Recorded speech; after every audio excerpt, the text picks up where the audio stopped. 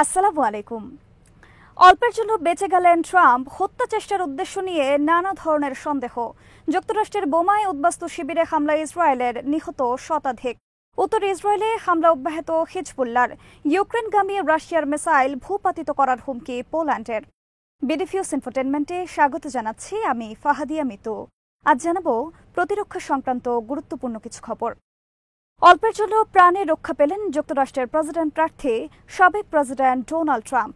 শনিবার পেনসিলভানিয়ার একটি নির্বাচনী জনসভায় বক্তব্য দেওয়ার সময় ট্রাম্পকে লক্ষ্য করে গুলি ছোড়ে বন্দুকধারীরা। ভিডিওতে দেখা গেছে একটি গুলি আঘাত করে ট্রাম্পের কানে, সাথে সাথে ট্রাম্প বসে পড়েন। এরপর তিনি যখন উঠে দাঁড়ান তখন দেখা যায় তার মুখমণ্ডল বেয়ে গড়িয়ে পড়ছে রক্ত।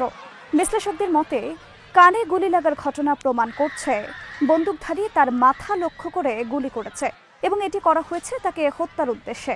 আর বন্দুকধারী ছিল একজন পেশাদার, কিন্তু অনেক দূর থেকে গুলি করায় অল্পের জন্য সরাসরি মাথায় আঘাত করতে ব্যর্থ হয়েছেন। গুলির ঘটনার সাথে সাথে নিরাপত্তা রক্ষীরা তৎপর হয়ে ওঠে এবং ঘটনাস্থলে হত্যা করে একজন সন্দেহভাজন আক্রমণকারীকে। অপর এক সন্দেহভাজন আক্রমণকারী গুরুতর আহত হয়েছে বলে জানিয়েছে নিরাপত্তা রক্ষীরা। ভিডিওতে দেখা গেছে গুলির ঘটনার পর সমাবেশ স্থলের কাছে একটি ভবনের ছাদে পড়ে আছে নিহত একজনের লাশ। নিরাপত্তা রক্ষীদের গুলিতে নিহত এই ব্যক্তিকে আক্রমণকারী হিসেবে মনে করা হচ্ছে। নিহত ব্যক্তির সাথে বন্দুক পাওয়া গেছে কিনা তা সে তথ্য এখনো সামনে আসেনি। যুক্তরাষ্ট্রের নিরাপত্তা সংস্থার পক্ষ থেকে বলা হয়েছে ট্রাম্পকে হত্যার উদ্দেশ্যে গুলি চালানো হয়েছে ধরে নিয়েই তারা তদন্ত কার্যক্রম পরিচালনা করছে। বিবিসি প্রকাশ করছে একজন প্রত্যক্ষদর্শীর সাক্ষাৎকার। ওই প্রত্যক্ষদর্শী সিএনএনকে বলেছেন তিনি দেখেছেন সমাবেশ স্থলের কাছে একটি ভবনের ছাদে ক্রলিং করে উঠছে একজন লোক। তার কাছে ছিল একটি রাইফেল। তিনি এটি দেখার পর সাথে সাথে পুলিশকে বলেন, কিন্তু পুলিশ সাথে সাথে উপযুক্ত পদক্ষেপ নেয়নি বলে অভিযোগ করেন তিনি। ট্রাম্পকে গুলির ঘটনার ভিডিওতে দেখা গেছে বেশ কয়েকবার গুলি করা হয়েছে তার মাথা লক্ষ্য করে। ভিডিওতে স্পষ্ট শোনা গেছে কয়েক রাউন্ড গুলির শব্দ, এমনকি ট্রাম্প মাটিতে বসে পড়ার পরেও শোনা গেছে গুলির শব্দ। গুলির ঘটনার ভিডিও বিশ্লেষণ করে অনেকে বলছেন বেশ দূর থেকে শক্তিশালী স্নাইপার রাইফেলের সাহায্যে গুলি চালানো হয়েছে। এটি যে হত্যার উদ্দেশ্যে করা হয়েছে তাতে কোনো সন্দেহ নেই, তবে ট্রাম্পের ভাগ্য ভালো তাই তিনি বেঁচে গেছেন। অনেকের মতে আগামী নভেম্বরের নির্বাচনে ট্রাম্পের জয়ের পাল্লা অনেক ভারী, আর সেটিই হতে পারে এই হত্যাকাণ্ডের পেছনের মূল কারণ।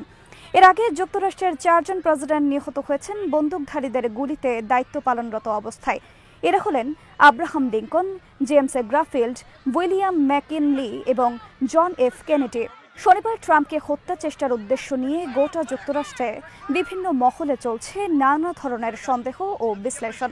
এই ঘটনা আগামী নির্বাচনে বাইডেন ও ডেমোক্র্যাটদের জন্য আরও বড় ধরনের কাল হয়ে দাঁড়াতে পারে। অনেকে দাবি করছেন সিক্রেট সার্ভিস অবশ্য সব জানতে পারবে, কিন্তু তারা সেসব তথ্য জনসম্মুখে হাজির করবে কিনা সেটাই হলো প্রশ্ন।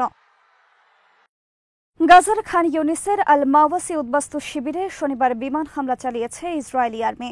এতে নিহত হয়েছে কমপক্ষে 90 জন ফিলিস্তিনি উদ্বাস্তু, আহত হয়েছে 3 শতাধিক।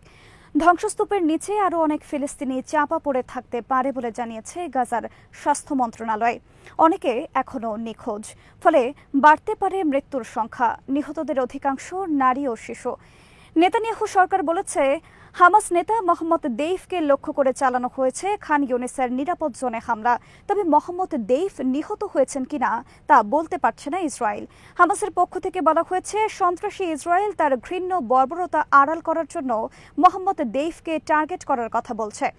ইসরায়েলের মিলিটারি রেডিও এবং আল মারিফ অনলাইনের খবরে বলা হয়েছে শনিবার ইসরায়েল মাওয়াসি ক্যাম্পে হামলা চালিয়েছে যুক্তরাষ্ট্রের তৈরি জেডিএএম বোমার সাহায্যে।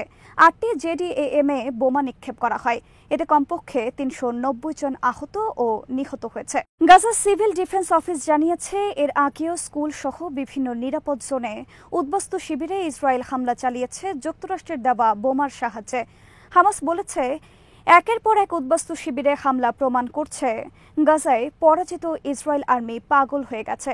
শনিবার ইসরায়েল খান ইউনিসের যেই আল মাওয়াসি ক্যাম্পে হামলা চালিয়েছে সেই এলাকাকে নিরাপদ জোন ঘোষণা করেছিল ইসরায়েল, ফলে সেখানে আশ্রয় নিয়েছে হাজার হাজার ফিলিস্তিনি উদ্বাস্তু। কিন্তু ইসরায়েল তার নিজের ঘোষিত নিরাপদ জোনে এভাবে বারবার হামলা চালিয়ে হত্যা করছে ফিলিস্তিনি উদ্বাস্তুদের। শনিবারের বিমান হামলার ফলে মৃত্যুপুরীতে পরিণত হয় খান ইউনিসের আল মাওয়াসি ক্যাম্প এলাকা। পশ্চিম তীরেও হামলা আর অভিযান চালিয়েছে ইসরায়েলি আর্মি। এতে আহত হয়েছে অনেক ফিলিস্তিনি। এদিকে ইয়েমেনের হুথি বিদ্রোহী আনসারুল্লাহ মুখপাত্র ব্রিগেডিয়ার জেনারেল ইয়াহিয়া সারি আল মাওয়াসি ক্যাম্পে ইসরায়েলের ঘৃণ্য হামলার উপযুক্ত প্রতিশোধ নেওয়ার ঘোষণা দিয়েছেন শনিবার। আল মাওয়াসি হামলার নিন্দা জানিয়ে সারি বলেন, ইসরায়েলের প্রভু যুক্তরাষ্ট্রের নির্দেশে চলছে এই হত্যাকাণ্ড। ইয়েমেনের সেনারা ইসরায়েলের বিরুদ্ধে যুদ্ধ আরও জোরদার করবে শিগগির। ইসরায়েলের উত্তরে শনিবার 7 দফা অপারেশন পরিচালনা করেছে লেবাননের মিলিশিয়া বাহিনী হিজবুল্লাহ। ইসরায়েলের দখলে থাকা কিরিয়াত শামোনা, মারগালিয়ত বসতি এলাকা, মায়ান বারুদ সাইট, বেইত হিলাল ঘাটি এবং কফর সুবা সহ বিভিন্ন এলাকায় রকেট হামলা চালায় হিজবুল্লাহ। ইসরায়েলের গণমাধ্যমের খবরে বলা হয়েছে, শনিবার হিজবুল্লাহর হামলায় আহত হয়েছে ইসরায়েলের কমপক্ষে 4 সেনা। অপরদিকে শনিবারও ইসরায়েল হামলা অব্যাহত রাখে লেবাননের দক্ষিণে বিভিন্ন গ্রাম শহরে। গাজা যুদ্ধ শুরুর পর ইউরোপে তীব্র ইহুদি বিদ্বেষের শিকার হচ্ছে ইহুদি সম্প্রদায়ের লোকজন। ইউরোপের 13টি দেশে পরিচালিত জরিপে দেখা গেছে, উত্তরদাতাদের 96% বলেছেন তারা প্রতিদিন নানা ধরনের বর্ণবাদের শিকার হচ্ছেন। ইউরোপের 13টি দেশের 8,000 ইহুদিদের মধ্যে জরিপ কাজ পরিচালনা করে ফান্ডামেন্টাল রাইটস এজেন্সি নামক একটি সংস্থা। তারা 8,000 ইহুদির সাক্ষাৎকার গ্রহণ করে। জরিপে অংশ নেওয়া উত্তরদাতাদের 96 জন বলেছেন তারা তাদের প্রতিদিনকার জীবনে কোনো না কোনোভাবে হয়রানির শিকার হচ্ছে ইহুদি পরিচয়ের কারণে। 75% উত্তরদাতা বলেছেন ইসরায়েল সরকার গাজায় হামলার কারণে ইহুদিদের প্রতি ঘৃণা বেড়েছে বিশ্বে। উত্তরদাতাদের বেশিরভাগ বলেছেন তারা ইন্টারনেটের মাধ্যমে নানা ধরনের ঘৃণা বিদ্বেষ আর হুমকির মুখোমুখি হচ্ছেন। সংস্থাটির প্রতিবেদনে বলা হয়েছে, অস্ট্রিয়া সুইডেনে 2022 সালের তুলনায় ইহুদি বিদ্বেষ বেড়েছে 400 গুণ। 2022 সালে ডেনমার্কে 9টি ইহুদি বিদ্বেষের ঘটনা রেকর্ড করা হয়েছে, সেটি বেড়ে 2024 সালে দাঁড়িয়েছে 121টিতে। পোল্যান্ড বলেছে তারা ইউক্রেনের উদ্দেশ্যে রাশিয়ার ছোড়া মিসাইল আকাশে প্রতিহত করার চিন্তা করছে। ওয়াশিংটনে ন্যাটো সম্মেলন শেষে শুক্রবার পোল্যান্ডের পররাষ্ট্রমন্ত্রী রাদোস্লাভো সিরস্কি এই হুমকি দেন। আমেরিকার এন্টারপ্রাইজ ইনস্টিটিউট নামক একটি সংস্থা আয়োজিত সম্মেলনে যোগ দিয়ে পোল্যান্ডের পররাষ্ট্রমন্ত্রী বলেন, রাশিয়া সেন্ট পিটার্সবার্গ থেকে যেসব মিসাইল ছোড়ে সেগুলো বেলারুশের ওপর দিয়ে ইউক্রেনের পশ্চিমে আক্রমণ করে। ইউক্রেনের প্রবেশের আগে অনেক মিসাইল কয়েক সেকেন্ডের জন্য পোল্যান্ডের আকাশসীমায় প্রবেশ করে। আমরা চিন্তা করছি আমাদের আকাশসীমায় প্রবেশের পর সেগুলোকে ভূপাতিত করব। পোল্যান্ডের অবস্থান ইউক্রেনের পশ্চিমে লভিভ সীমান্তে, আর রাশিয়ার অবস্থান সম্পূর্ণ বিপরীতে ইউক্রেনের পূর্বে এবং উত্তর দিকে। পোল্যান্ড শীর্ষ কূটনীতিক বলেন, আমরা মনে করি রাশিয়ার মিসাইল কয়েক মুহূর্তের জন্য ভুল করে আমাদের আকাশে প্রবেশ করে, কিন্তু বারবার একই ভুল আমরা ক্ষমা করব না। ইউক্রেন এর আগে পোল্যান্ডকে অনুরোধ করেছে তাদের আকাশ সীমায় রাশিয়ার মিসাইল প্রবেশ করলে ভূপাতিত করার জন্য। সেই অনুরোধে সাড়া দেওয়ার কথা বিবেচনা করছে পোল্যান্ড।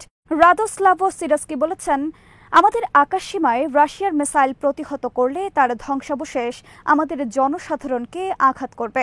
ইউক্রেন বলেছে, রাশিয়ার মিসাইল ইউক্রেনের আকাশে থাকা অবস্থায় যখন পোল্যান্ডের দিকে অগ্রসর হয় তখন তাকে আক্রমণ করার জন্য। এটা দোষের হবে না, বরং আত্মরক্ষার উপায় হিসেবে দেখা হবে। রাশিয়া ইউক্রেন যুদ্ধে পোল্যান্ড ইউক্রেনের অন্যতম সহায়তাকারী একটি দেশ। অনেক দেশ গোপনে ইউক্রেনে অস্ত্র ও আর্থিক সহায়তা পাঠাচ্ছে পোল্যান্ডের নাম ব্যবহার করে। পোল্যান্ডের বিভিন্ন ঘাঁটি যুক্তরাষ্ট্র, ব্রিটেন সহ পশ্চিমা বিভিন্ন দেশ ব্যবহার করছে ইউক্রেনে অস্ত্র পাঠানো এবং ইউক্রেন সেনাদের প্রশিক্ষণের জন্য। আজ এখানেই শেষ করছে। সমরাষ্ট্র, প্রতিরক্ষা ও কূটনীতির নানা তথ্য জানতে চোখ রাখুন বিডিফিউজ ইনফোটেনমেন্টে। চ্যানেলটি ভালো লাগলে সাবস্ক্রাইব করুন, সংযুক্ত থাকুন আমাদের ফেসবুক পেজে। আল্লাহ হাফেজ।